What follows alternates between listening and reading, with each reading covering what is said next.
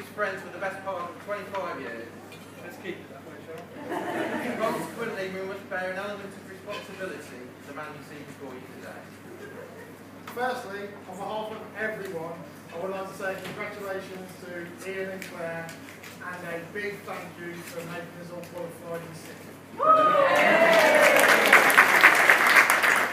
like to call it Thursday Extender. There was a point.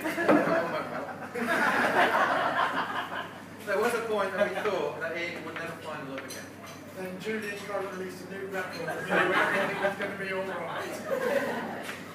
When I called Iain yesterday to say he'd finished his speech, 2 minutes later I had a text from Claire saying she wanted to proofread it. I thought, fair enough. Paul will now read out the director's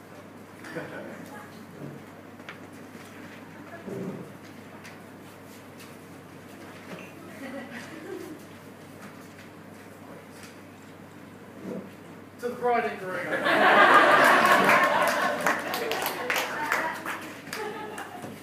Oh, you're never going to make that easy. I'd like to thank Iain on behalf of the bridesmaids, Megan, Madeline, Tanya, Eva and Isla for his kind words. We'd also like to thank Claire and Iain for asking us to be involved on this special day. Of course, as is traditional on these occasions, Iain Dunn for arranging such a wonderful wedding.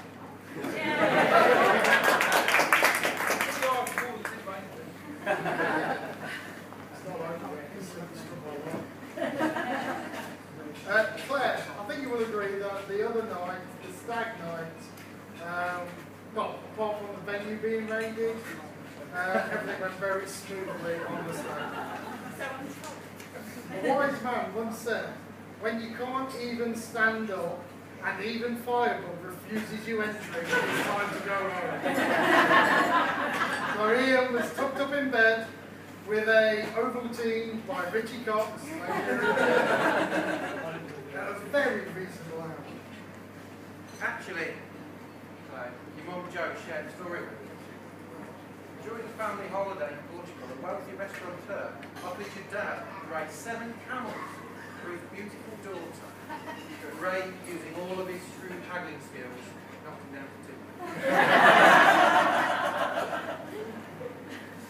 2. Now, before we go in for the kill, we ought to mention 2 significant areas of the life: music and sports.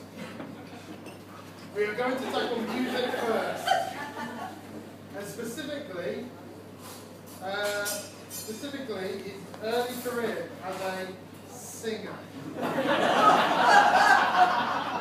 With 2 criminally underappreciated bands.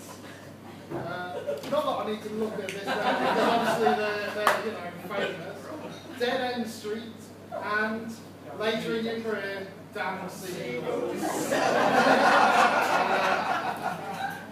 Iain had taken up the mantle of lead singer on the suggestion of his friend Jay Sartre, based on his ability to prance about the stage, rather than his actual ability to play any instrument at all.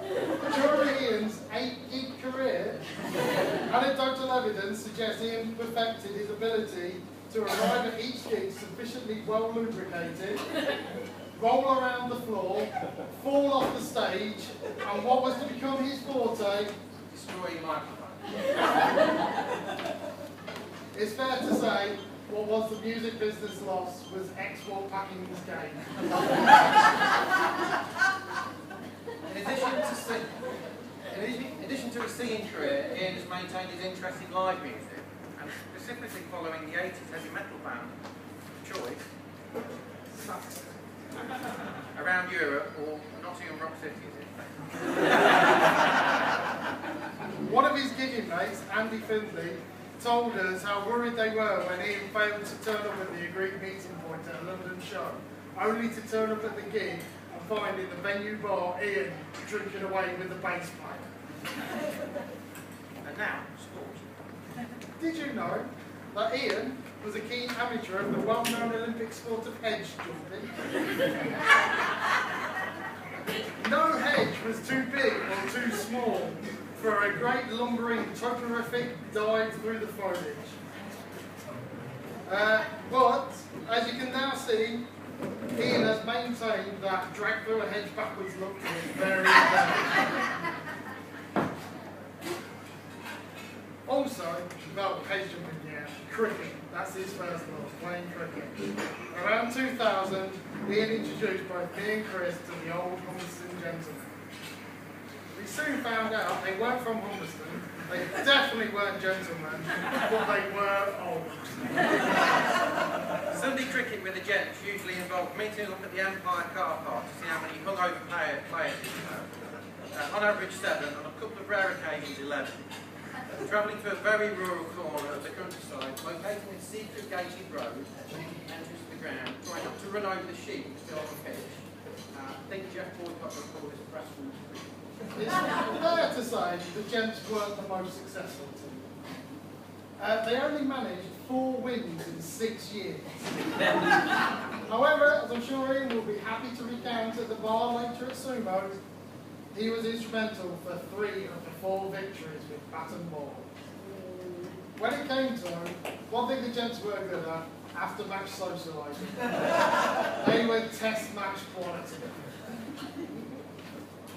Okay. Now the real difficulty we did have was sifting through the sheer quality and variety of highly inappropriate, in some cases technically illegal stories involving roads. However, as a significant number of them involved both Ford and Martel, and in one memorable case of theft of a basket jar, we're only going to draw on one of those who keep us on the right side of the law for the moment.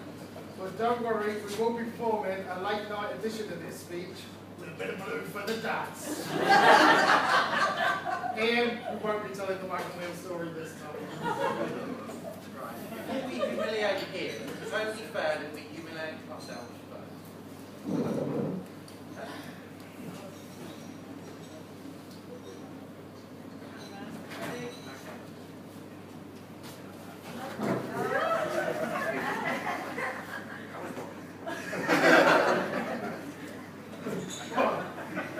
We will now, for your enjoyment, recreate the end scene of Ridley Scott's film Blade Runner.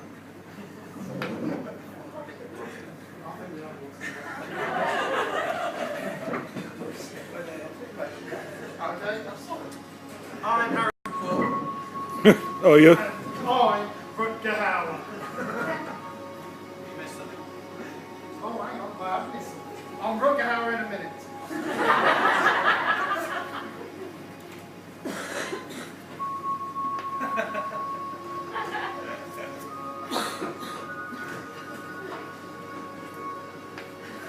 Now,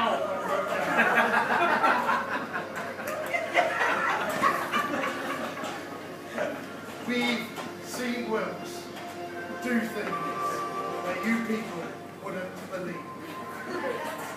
Attack parked cars on the hard shoulder with his Ford Orion. We've watched him eat 3 portions of beans and spiced potatoes from Mario's in the dark near Broadgate. All of these moments will be lost in time, like an open can of Sainsbury's Parking Bitter at a rainy festival.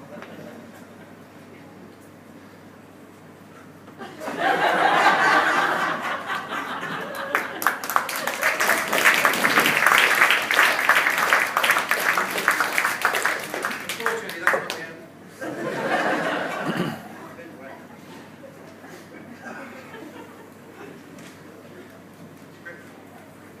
It's all right.